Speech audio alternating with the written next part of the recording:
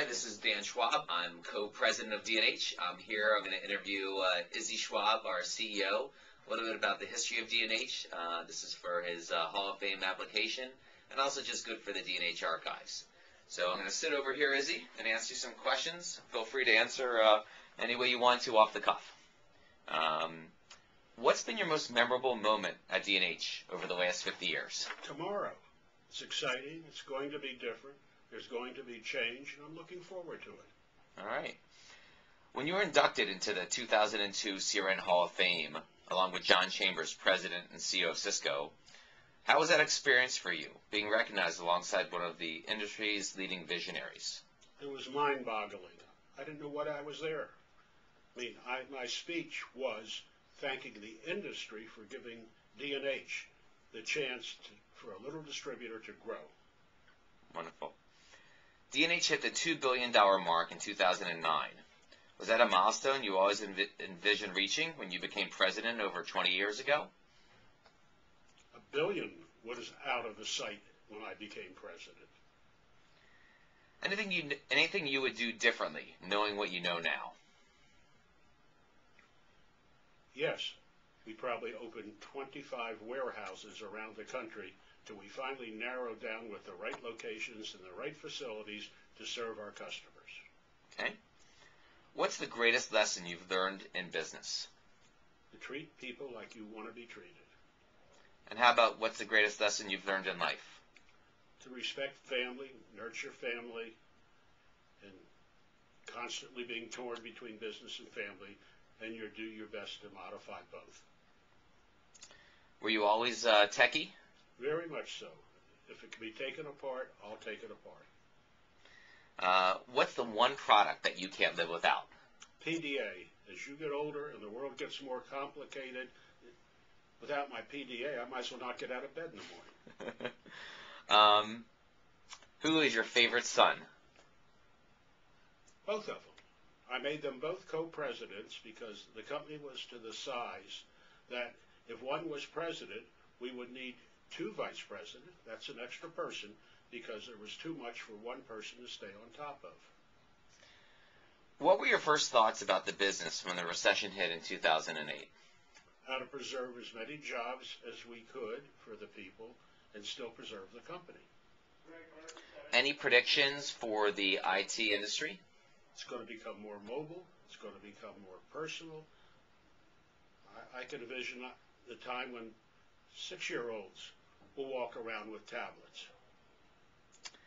What are the most notable transformations that D&H has undergone in the last 5 decades? It's when we made the company an ESOP, employee stock ownership. With that, employees became owners. There was no owners and employees anymore. We're all owners. How did you make the decision to go national, and how difficult was it to break away from your regional business model? Very difficult for my partners. We grew up in a world where we had restricted territory by county lines. We had an exclusive franchise for products in that territory, and we had to learn how to market the product, meet the vendor demands, and to make buying power index. But then crossover accounts developed. That's what we called them. A chain store in one distributor's territory and opened up in another. And I saw that whole system just being destroyed from within. And to be ahead of the curve, we started going outside our own territory where the manufacturer would allow us. Okay. Why do you think D&H is so often in front of the curve in predicting where the market is going? Because everybody around here has a piece of the action. Everybody is on their toes to make sure we're successful.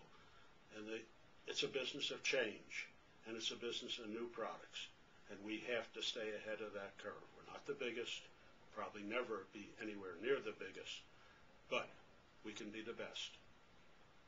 Great. Thank you so much. Appreciate your time, and this is something that we'll keep for posterity, so thank you. Thank you. We'll send it to the Library of Congress. Yep. All right, so now one or two off the cuff questions. Yeah. Number one, If you had to impart anyone when you think the D&H culture in 30 seconds or less, what's the D&H culture? What's the D&H? What's made this such a special place to allow to grow so dramatically over the last decade or so? We allow our people to grow. Our co-owners, we allow them to grow. We give them that flexibility. We take risk with them.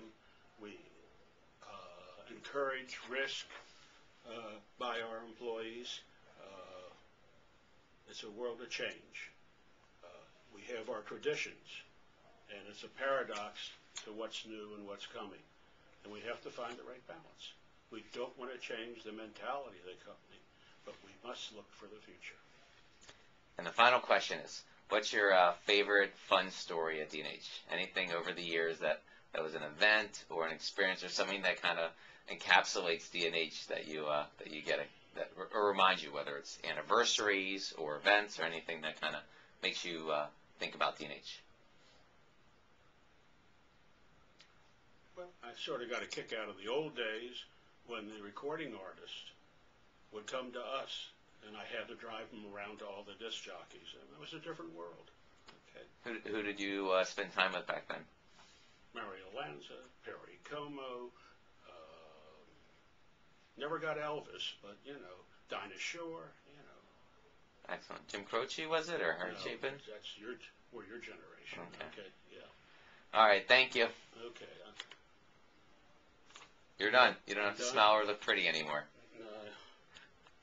Okay, well, I got some time. I got to